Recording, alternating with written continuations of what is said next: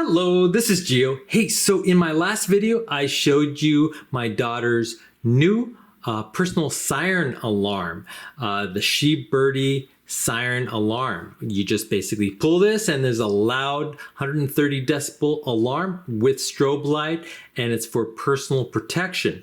But for this video, I'm going to show you how to replace the batteries. That's one thing that the instruction sheet does not tell you how to do. Okay, so what you need to replace the battery is one, a kind of a thin standard screwdriver head like this, because on the side you'll see that there's a little notch on one side where you will be placing the screwdriver right here to pry open this cover. You can also use a plastic prying device like this, which is commonly used for, let's say, iPhones, that it helps protect the cover instead of using a metal screwdriver. And then you'll also need a small Phillips screwdriver to actually remove the batteries. Okay, so for this, I'm just going to use my little plastic prying device. And so I'm going to just stick it in that little notch and carefully pry open the case, and you can see it just popped open just like that. And now I'm just going to kind of go down and try to pop open the remaining case just like that.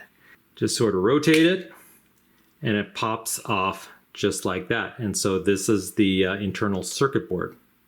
Now there are two CR2032 batteries right underneath the circuit board. So you're going to have to remove two small Phillips screws. As you can see here, one right there and one right there. So we'll go ahead and do that right now.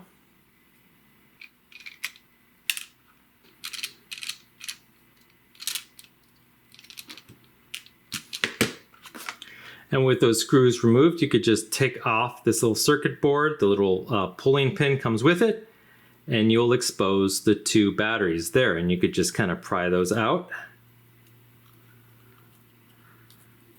And just make note of how they're facing.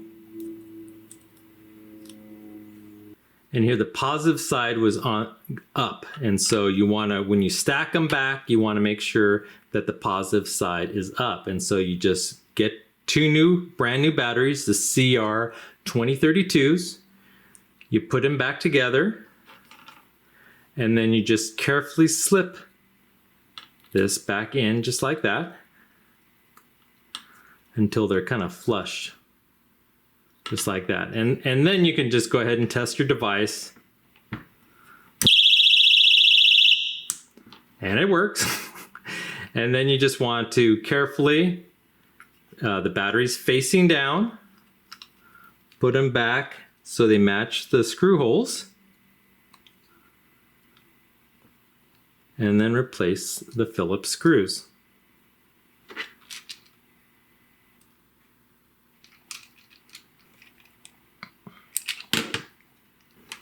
And then you just take the top cover, kind of fit it into place just like that, and just snap it back together until it's all combined. And then maybe test it one more time.